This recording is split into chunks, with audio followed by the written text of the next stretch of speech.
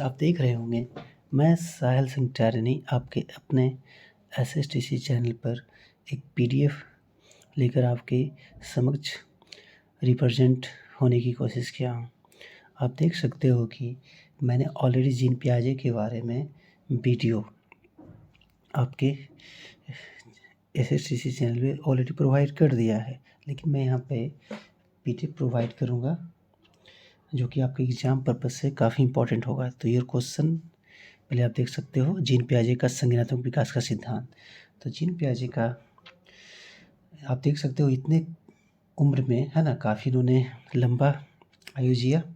तो 1896 से लेकर 1980 तक तकरीबन 84 ईयर्स ओके कि इस दरमियान इन्होंने काफ़ी अच्छा बच्चों पे डेवलप किया और इनका जो योगदान है ये काफ़ी सराहनीय है।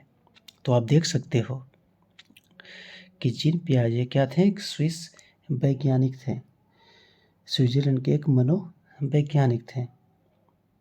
इन्होंने क्या किया, इन्होंने बालकों में बुद्धि का विकास किस प्रकार से होता है, ध्यान से सुनिएगा, बालकों में बुद्धि का विकास किस प्रकार से होता है, यह जानने के लिए उन्होंने अपने खुद के बच्चों को अपनी खोज का विषय बना लिया। ये सबसे बड़ी बात है कि कौन अपने बच्चों पे डेवलप है रिसर्च करता है, लेकिन ये क्या कि ये खुद के बच्चों पे ही रिसर्च कर दी और उस पे है ना काफ़ी समय दिया और खोज का विषय बना लिया। जैसे बच्चे जैसे बड़े होते गए, उनके मानसिक विकास संबंधी क्रियाओं का वे बड़ी बारीकी से अध्ययन करते रहे। जैसे बच्चे बड़े हो रहे थे, है ना, उनके अंदर क्या-क्या प्रोसेस हो रही थी, प्रक्रिया हो रही थी, बड़ी बारीकी से अध्ययन करते हुए उन्होंने इस सिद्धांत का प्रतिपादन किया। इस अध्ययन के परिणाम स्वरूप उन्होंने जिन विचारों का प्रतिपादन किया, यही तो आपका जीन पियाजे के मानसिक या संज्ञानात्मक विकास का सिद्धांत कहलाता है। क्या कहलाता है? जीन पियाजे के मानसिक या संज्ञानात्मक विकास का सिद्धांत कहलाता है। 22 वर्ष की उम्र में इन्होंने पीएचडी किया था जूलॉजी से, है ना। इन्हें लोग नन्हा वैज्ञानिक के भी नाम से जानते हैं। किस नाम से जानते हैं? नन्हा वैज्ञानिक नाम से भी जानते हैं। और संज्ञानात्मक, तो जीन पियाजे ने संज्ञानात्मक विकास का सिद्धांत का प्रतिपादन किया। तो आप समझ सकते हैं संज्ञानात्मक विकास का मतलब क्या होता है। पहले मैं समझाने की कोशिश करूँगा। तो संज्ञानात्मक विकास का जो तात्पर्य है, बच्चों के सीखने और सूचनाएं एकत्रित करने के तरीके से है ना। बच्चों के सीखने और सूचनाएं एकत्रित करने के तरीके से है। तो ये कैसे होगा भाई? इसमें जो अवधान होगा, जो ध्यान देने की बातें हैं, है ना, वृद्धि, प्रत्यक्षीकरण, भाषा, चिंतन, स्मरण शक्ति और तर्क शामिल है। ये बच्चे कैसे सीखेंगे? प्रत्यक्षीकरण से सीखेंगे, भाषा सीखेंगे, चिंतन सीखेंगे, स्मरण शक्ति और तर्क शामिल इसमें होंगे। एक वर्ड आता है समावेशन। क्या आता है? समावेशन आता है। तो समावेशन का मतलब क्या होता है? जैसे आपका वह प्रक्रिया जिसके द्वारा संज्ञानात्मक संरचना को संशोधित किया जाता है। ध्यान दीजिएगा, वह प्रोसेस, वैसा प्रोसेस है ना, जिसके थ्रू संज्ञानात्मक संरचना को क्या किया जाता है? मॉडिफाइड किया जाता है। उसे हम क्या कहते हैं? समावेशन कहते हैं। क्या कहते हैं उसे? समावेशन कहते हैं। फिर जीन पियाजे ने अपने सिद्धांत के अंदर काफ़ी सारे, है ना, रिसर्च को देखा। जैसे कोई छोटा बच्चा होता है तो सबसे पहले क्या करता है? चूसता है, किसी चीज़ को देखता है, वस्तुओं को पकड़ता है और वस्तुओं तक पहुंचने में, है ना, कोशिश करता है। तो इसमें क्या होता है? बालकों में ये जो बौद्धिक संरचना होती है शुरू से ही होती है ना, फ्रॉम बिगिनिंग से ही होती है, कहने का अर्थ ये है। लेकिन जैसे जैसे बच्चे बड़े होते हैं उनमें ये डेवलपमेंट होते जाता है। ओके, तो हम लोग अब क्या करेंगे? ये तो जीन पियाजे के बारे में इंट्रोडक्शन था। तो जीन पियाजे के बारे में हम लोग जानने की कोशिश करेंगे कि उन्होंने 4 अवस्थाओं में अपने संज्ञानात्मक विकास को प्रतिपादित किया है। तो ये जो 4 अवस्थाएँ हैं, this is very very important for your CTET, BTET, BEd entrance. Sorry, BEd entrance में तो नहीं पूछेगा, लेकिन बीएड फर्स्ट ईयर में ये काफ़ी वीवीआई है। तो हम लोग फर्स्ट स्टेज पे सबसे पहले हम लोग जाएंगे। तो फर्स्ट स्टेज होता है आपका इंद्रिय जनित गामक अवस्था। जैसा कि आप स्क्रीन पे देख रहे होंगे, मैं जूम कर देता हूँ। इंद्रिय जनित गामक अवस्था, जिसे हम लोग ज्ञानात्मक, क्रियात्मक या संवेदी पेशीय अवस्था भी कहते हैं। सीबीएसई वाले बोर्ड सेंसरी मोटर स्टेज, ये क्या है आपका सेंसरी मोटर स्टेज है। ओके, ये जन्म से लेकर 2 वर्ष तक होती है। जन्म से लेकर 2 वर्ष तक होती है। जनरली इसमें क्या होता है, इसको भी जिन प्यारे साहब ने 6 सब स्टेज में बांटा है ना, 6 सब स्टेज में इसे भी बांटा गया। तो 6 जो 6 स्टेज था, वो आपका जो फर्स्ट है, पहले तो आप इसको जान लें कि जन्म से लेकर 2 वर्ष तक होता है। याद रखिएगा, जन्म से लेकर 2 वर्ष तक ये होता है। तो इसमें जो फर्स्ट सब स्टेज होगा आपका, जो हिंदी में बोलेंगे पहली उप अवस्था। क्या बोलेंगे? पहली उप अवस्था बोला जाएगा। ओके, तो इसके बारे में बताना चाहूँगा।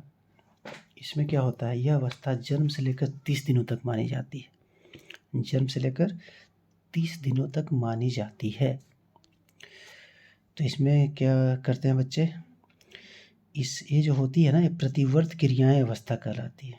इसमें बच्चे जनरली क्या होते हैं, किसी चीज़ को चूसते हैं, तो इसलिए वो प्रतिवर्त क्रिया की अवस्था कहलाती है। नंबर बी, दूसरी उप अवस्था को बोला जाता है प्रमुख वृत्तीय अनुक्रियाओं की अवस्था। आपको दिख रहा होगा स्क्रीन पे, प्रमुख वृत्तीय अनुक्रियाओं की अवस्था। इसमें भी होता है, पहली उप अवस्था में तो बच्चा चूसता है, लेकिन उसी को बोला जाता है प्रतिवर्त क्रियाएं, है ना, प्रतिवर्त क्रियाएं अवस्था। दूसरी उप अवस्था, सेकेंड सब स्टेज में 1 माह से 4 महीने, 1 माह से 4 महीने, इस अवस्था में भी क्रियाओं को बार बार दोहराया जाता है। तीसरी उप अवस्था आपको स्क्रीन पे दिख रहा होगा, 4 माह से 8 माह होते हैं। 4 माह से 8 माह, इस अवस्था को गौण वृत्तीय अनुक्रियाओं की अवस्था भी कहते हैं। इस अवस्था में शिशु वस्तुओं को छूने तथा उन्हें इधर उधर पलटने का काम करता है। नंबर डी, चौथी उपावस्था, स्क्रीन पे आपको दिख रहा होगा, गौण स्कीमेटा की समन्वय की अवस्था, इसे कहा जाता है। शिशु वयस्कों का अनुकरण करना प्रारंभ कर देते हैं, जैसे हंसते हैं कि बड़े पापा कैसे करते हैं, जो उनके वरिष्ठ हैं, बुजुर्ग हैं घर पे, वो किस टाइप से कोई काम को करते हैं, उसका वो क्या करते हैं, नकल टाइप का करते हैं। नंबर ई, 5वीं उपावस्था, जो होती है 12 माह से 18 माह होती है। इस अवस्था में प्रयत्न व त्रुटि के आधार पर सीखना शुरू कर देते हैं। मतलब बच्चा जब कोई गलती करता है तो क्या करता है, उस गलती को वो सीखता है कि चलो भाई गलती मैंने किया, तो उससे वो अपने आप को इम्प्रूवमेंट करना कर लेता है। ये जो एज होता है 12 महीने से 18 महीने होते हैं, मतलब बच्चे की उम्र 1 साल तक हो जाती है। उसके बाद हम लोग आगे चलेंगे, छठी उपावस्था, जो आपका सेंसरी मोटर का सबसे लास्ट सब स्टेज माना जाता है। छठी उपावस्था, जिसको बोला जाता है मानसिक सहयोग द्वारा नए साधनों की खोज की अवस्था। मानसिक सहयोग द्वारा नए साधनों की खोज की अवस्था, आपको स्क्रीन पे दिख रहा होगा। इसमें क्या डिफरेंस, मैं थोड़ा स्क्रीन है ना जूम कर लेता हूँ। इसमें क्या करते हैं बच्चे, अपने आप को इतना डेवलप कर लेते हैं कि जैसे कोई वस्तु उनके सामने से हटा देने पर भी वह जान जाता है कि वस्तु का वजूद है, जबकि वह प्रारंभ में यह समझता था कि वस्तु यदि सामने से हट गई है तो उसका वजूद खत्म हो गया, है ना। मतलब यदि किसी बच्चे के सामने से कोई वस्तु आप हटा देते हो, तो बच्चा शुरू में समझता था कि वो जो मटेरियल है, वस्तु है, डिस्ट्रॉय हो गया, वो है ना, उसका अस्तित्व नहीं रहा, एग्जिस्टेंस खत्म हो गया। लेकिन छठी उपावस्था में क्या होता है, 18 महीने से 24 महीने के बीच में, कि बच्चा समझ जाता है कि किसी ने उस वस्तु को मेरे नज़रों से दूर किया है और उस वस्तु को पाने के लिए वो जिद करना शुरू कर देता है। तो ये थी आपकी first stage, sensory motor stage, है ना। इसमें बच्चा क्या क्या करने लगा भाई, एक बार मैं फिर से बोल देता हूँ। बच्चे क्या करते हैं, भूख लगने की स्थिति को बालक रोकर व्यक्त करता है।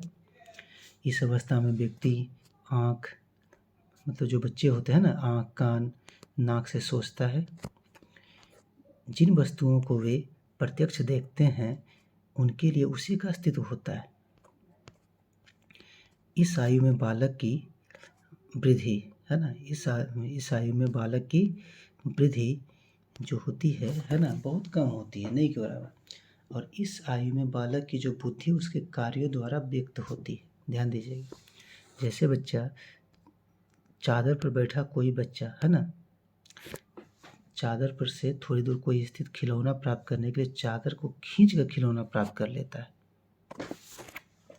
और इस तरह यह अवस्था होता है अनुकरण, स्मृति और मानसिक निरूपण से संबंधित होती है। चलिए लेट्स स्टार्ट सेकेंड स्टेज। तो सेकेंड स्टेज आप देख सकते हो, प्राक संक्रियात्मक अवस्था, pre operational stage. Pre operational stage 2 से 7 साल, 2 से 7 साल। इसमें क्या होता है डियर स्टूडेंट्स, इसको भी जिन प्यारे साहब ने 2 पार्ट में डिवाइड किया है। फर्स्ट है आपका प्री कॉन्सेप्चुअल पीरियड, जो प्राक संप्रेयात्मक होती है। क्या होती है, प्राक संप्रेयात्मक। ये 2 से 4 वर्ष के बीच में मानी जाती है। इसमें बच्चे क्या करते हैं, संकेत तथा चिन्ह को मस्तिष्क में ग्रहण करते हैं, है ना। संकेत तथा चिन्ह को मस्तिष्क में क्या करते हैं, ग्रहण करते हैं तथा उनका प्रयोग भी करते हैं। बालक को माँ या पिता जब छुपकर आवाज़ लगाते हैं तो उस आवाज़ को सुनकर बालक के मन में जिसकी आवाज़ होती है उसकी एक प्रतिमा बन जाती है ना। वो मतलब अपनी माँ की आवाज़ को समझने लगते हैं कि माँ ही उसकी बुलाई है और उसकी तरफ वो देखते हैं, अटेंशन कर लेते हैं। बालक निर्जीव वस्तुओं को भी सजीव समझता है ना। जैसे बादल, हवा, बादल वगैरह उड़ता है तो उसको भी वो सजीव समझता है। इस अवस्था में बालक में आत्म केंद्रित का भाव आ जाता है, खुद को महत्वपूर्ण समझता है। उसे लगता है कि सूर्य चांद जो भी है ना, उसके पीछे चलते हैं। इसी का सेकेंड पार्ट आपका है अंतर्दर्शी अवधि। क्या बोलते हैं डियर स्टूडेंट्स, अंतर्दर्शी अवधि बोला जाता है। आप देख सकते हैं, आपके स्क्रीन पे दिख रहा होगा अंतर्दर्शी अवधि। इसमें क्या होता है, मेन रूप से एक वर्ड है इसमें पलटावी, है ना। इसमें पलटावी का गुण बच्चे में विकसित नहीं होता है।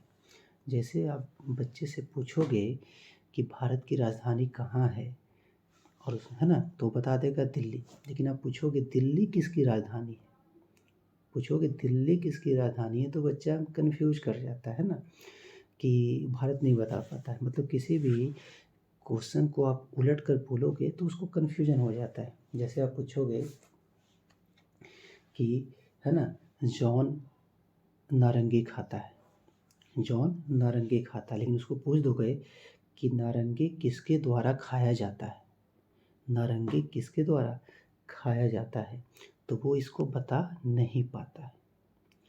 ठीक है, तो ये है आपका 2 से 7 वर्ष पूर्व संक्रियात्मक अवस्था। मीन्स इसको हम बोल सकते हैं कि इस अवस्था में बालक अपने परिवेश की वस्तुओं को पहचानने एवं उसमें विभेद करने लगता है। इस दौरान उसमें भाषा का विकास भी शुरू हो जाता है। इस अवस्था में बालक नई सूचनाओं और अनुभवों को संग्रह करता है।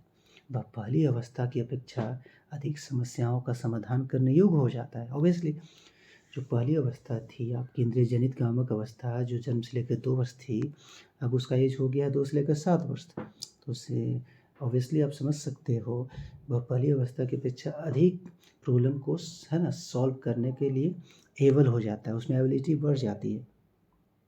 और बच्चों में क्या होता है, जो वस्तु का जो एग्जिस्टेंस का जो प्रॉपर्टीज होता है उसका भी विकास हो जाता है, मतलब वस्तु का अस्तित्व वो समझने लगता है। ओके, अब हम लोग थर्ड स्टेज पे चलेंगे। मैं आपको दिखा देता हूँ थर्ड स्टेज, वन सेकेंड। इसे मैं बता देता हूँ। थर्ड स्टेज आपका है मूर्त संक्रियात्मक अवस्था। क्या है? मूर्त संक्रियात्मक अवस्था। ओके, मूर्त, जिसे मूर्त प्रचलनात्मक अवस्था भी कहते हैं। मूर्त, है ना, प्रचलनात्मक अवस्था भी कहते हैं। इंग्लिश में हम लोग जान जाए इसको stage of concrete operational. Stage of concrete operational आपके स्क्रीन पे दिख रहा होगा dear friends. Stage of concrete operational stage, third. अब इसके बारे में जानने की कोशिश करेंगे। इसमें क्या होता है, बालक वस्तुओं को देखकर बड़ा छोटा तो बता देते हैं, परंतु यदि शाब्दिक रूप से कोई समस्या प्रस्तुत की जाए तो वे नहीं बता पाते। इस अवस्था में बालकों में क्रमबद्धता तथा तर्क संगतता पूर्व की अपेक्षा अधिक पाई जाती है। सिंपल सी बात है, जो भी नेक्स्ट स्टेज आएगा तो उसके जो प्रीवियस स्टेज होंगे उससे वो डेवलप हो जाएगा। तो फर्स्ट स्टेज था जो आपका, है ना, सेंसरी मोटर जो था इंद्रजनित से, जो जन्म से लेकर 2 वर्ष था, उससे ज़्यादा डेवलपमेंट कहाँ मिला? पूर्व संक्रियात्मक अवस्था में मिला, प्री ऑपरेशनल में। फिर उससे ज़्यादा डेवलप कहाँ मिला? मूर्त संक्रियात्मक, जिसको बोलते हैं कंक्रीट स्टेज। इसमें बच्चे में पलटावी गुण विकसित हो जाते हैं। इसके पहले मैंने आपको सेकेंड स्टेज में बताया था पूर्व संक्रियात्मक में कि इसमें पलटावी गुण विकसित नहीं होते।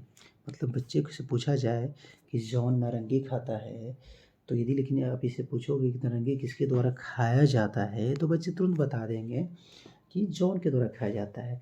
जैसे बताया जाएगा कि पटना से बिहार से की दूरी 75 किलोमीटर से, तो बच्चे से आप पूछोगे कि बिहार से पटना की दूरी कितनी है, तो वो बता देता है 75 किलोमीटर। वो समझ जाता है कि हम जो सामने पूछने वाला है उसी को दोहरा कर, है ना, अलग तरीके से वो क्वेश्चन किया मेरे से। तो ये आपका हो गया थर्ड स्टेज, मूर्त प्रचलनात्मक अवस्था, जिसको बोलते हैं कंक्रीट ऑपरेशनल स्टेज। 7 से 11, 7 से 11 आपके स्क्रीन पे भी दिख रहा होगा। पूरा आपको मैं दिखा देता हूँ, 1 सेकेंड।